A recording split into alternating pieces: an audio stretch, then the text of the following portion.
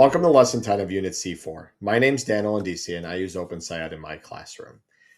In Lesson 10, we transition from the macro scale problem of ocean chemistry down to what is physically happening to the organism. We are looking at a 2-day investigation that tackles a major student misconception about ocean acidification. Let's anchor where we've been in this unit's instructional storyline before we jump into specifics about Lesson 10. Let's begin by reminding ourselves where we left off in Lesson 9. We spend a lot of time doing the stoichiometry and figuring out that trying to neutralize the entire ocean with a base like sodium hydroxide is completely infeasible due to the massive quantities required, and it would likely cause severe unintended ecological harm. That realization naturally shifts our focus from trying to fix the whole ocean down to wondering how increased acidity actually hurts oyster shells at the particle level, and whether there are better, more localized ways to intervene. Let's take a look at the structural design of this lesson. Lesson 10 is a formal 2-day investigation. The students will not need individual devices or laptops, though there is an optional video on the oyster life cycle that you can cast to the front board if you choose. The main thing to keep in mind for your schedule is that it does require a solid chunk of teacher prep before day 1 to get the water and testing materials collaborated accurately. To help you track the overall flow over the course of this lesson, we've broken it down to 3 distinct sense-making loops. In this first loop, students predict and observe how marble chips interact with vinegar versus water, adjusted to ocean pH of 8.2. They figure out that ocean water does not dissolve existing shells like strong acids do, which leads them to wonder how dropping ocean pH is actually harming the oysters if it isn't melting or dissolving the adult shells. In the second loop, we bring in the oyster life cycle reading, individual modeling, and class consensus model. Here, students figure out that oysters build shells using calcium and carbonate ions, but excess hydrogen ions intercept that carbonate to form bicarbonate, starving vulnerable larvae of the building blocks they need in their first 48 hours. In the final loop, students revise their carbon cycle model to include geosphere pathways like limestone erosion. They realize that while limestone adds carbonate back to the ocean naturally, it happens on a geologic timescale that is far too slow to balance rapid human carbon dioxide emissions. The key ideas at the end of the lesson that I ensure the class agrees on are that decreasing ocean pH prevents new shells from forming rather than dissolving old ones, that oysters filter out calcium and carbonate ions to build shells, and that hydrogen ions act as a direct chemical interruption to that process. And the natural limestone erosion operates on a completely different timescale than human carbon dioxide emissions. Now let's transition to our key instructional moments of Lesson 10. In Part 3, students are observing marble chips, which represent the calcium carbonate of oyster shells. They're placed in beakers of vinegar versus water prepped to an ocean pH of 8.2. They record physical data to see if any visible reactions or dissolution take place. I found this moment to be important because it directly confronts the misconception that students have that ocean acidification behaves like some sci-fi acid bath eating away at the adult oysters. When teaching this, I watch for the students to assume the experiment is broken or that the water wasn't mixed right when the chips in the ocean pH show absolutely no reaction. I intentionally lean into that confusion and ask them if our underlying assumptions about how the acid hurts the oyster might be what is actually incorrect. This opens the door for our life cycle reading for oysters. If you have the opportunity to grab some actual oyster shells from the supermarket or a seafood restaurant, you can consider placing it in a beaker with these solutions for a few days as a demo, which will greatly reinforce what they learn with their limestone model.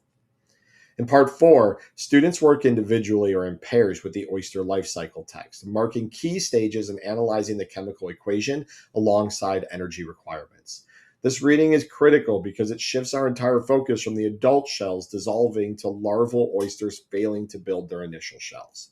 To make this reading productive, I like to use targeted active reading strategies. For example, students can annotate specifically in stage 1 and 2. They circle time constraints like the 24 to 48 hour window for shell completion and star the energy trade-offs where larvae must expend energy to pump out the unwanted bicarbonate ions instead of using energy to grow. What I watch for in student thinking is whether they realize that larvae don't filter feed from the water until after that initial shell forms, meaning if the shell building is delayed, the larvae starve. A common sticking point is that students go skimming past the energy cost dealing with the bicarbonate ion, so I explicitly prompt them to compare how much energy a larva has stored in its egg versus how much work it takes to pull carbonate out of acidified water. At this point in the lesson, students gather in a scientist circle to share what they noticed from their gallery walk and co-constructed a single structural model of the water chemistry. They track how calcium, carbonate, and hydrogen ions move and interact at the particle level. This discussion matters because it establishes the exact chemical mechanism driving our anchoring phenomenon. One thing I pay close attention to is making sure students understand the cause and effect relationship using a forces perspective. I bring up the matter energy forces triangle from our previous units to help them visualize that the positive charge of the excess hydrogen ions makes them highly attracted to the negative carbonate ions, meaning they naturally outcompete the calcium and leave the larvae starved of shell building materials. In part 9, students analyze a quantitative data table of global carbon flows and use it to add a new geosphere pathway for limestone erosion onto their existing class carbon cycle model poster. I value this moment because it pushes students to apply the cross-cutting concept of scale, connecting microscopic particle interactions directly to macro-scale Earth systems. Students frequently get lost in the visual complexity of the overlapping arrows on the carbon cycle poster, so I found it helps to anchor them strictly to the data table numbers first, allowing them to see for themselves that the natural flow of carbonate from the limestone is a major rounding error compared to the massive annual influx of atmospheric carbon dioxide from human activity. Now that students know hydrogen ions are stealing the carbonate and that natural limestone erosion is too slow to fix it, they are left with a clear engineering focus. This sets up to transition into lesson 11, where we will investigate how changing conditions like temperature or concentration can influence reaction rates to help larvae build shells faster. We can now look at material management and classroom tested strategies to help support you with lesson 10. One thing that really saved me prep time for this investigation was changing how I prep the water. The guide tells you that you need to adjust your tap or distilled water to a precise ocean pH of approximately 8.2 for the demonstration. Instead of trying to mix this class period by class period, I highly recommend preparing a single large 1 liter batch before the day starts. If your water is slightly acidic, add a weak base like baking soda in very small 20 milligram increments, stirring thoroughly and testing the pH as you go. It also does not have to be exact for students to get the results we expect them to see. Generally, get the pH somewhere between 8 and 8.5 if possible.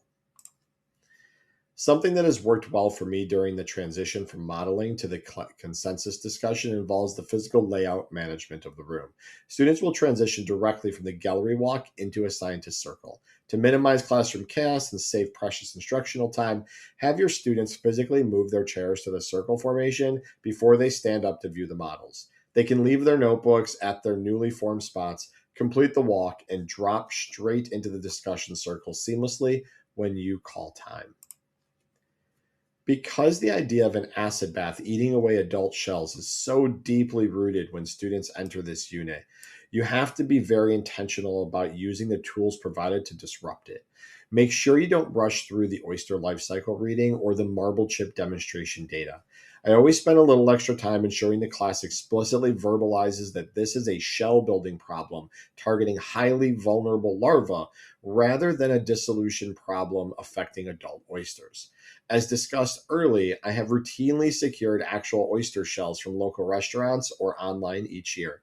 This allows me to have students handle actual oyster shells at the beginning of the unit, and when we get to this point of the lesson, I put one oyster shell in the 8.2 solution and another in a beaker with an actual acidic solution of diluted vinegar. I let them sit for at least 2 days during lesson 10, and after they reach their conclusions based on the limestone chips, I reinforce the idea that adult oysters are fine when they see that the mass of the actual shells did not change. In terms of vocabulary management, there are no mandatory words that we force into the glossary during a specific lesson. However, as students discuss the problem with slow geological timeline and look for ways to accelerate shell formation, the concept of reaction rate will naturally emerge. I let them use their own descriptive language for it here, knowing we will formally solidify and earn that term in lesson 11. For our environmental tracking, there are three specific moving parts to handle this lesson. First, make sure students are summarizing their personal takeaways in their progress trackers. Second, you will co-create a new class consensus model poster showing the particle interactions of shell building in an acidified environment. Finally, you need to physically pull out the old carbon cycle model poster that the class built back in lesson 5 so they can directly revise it with new limestone data.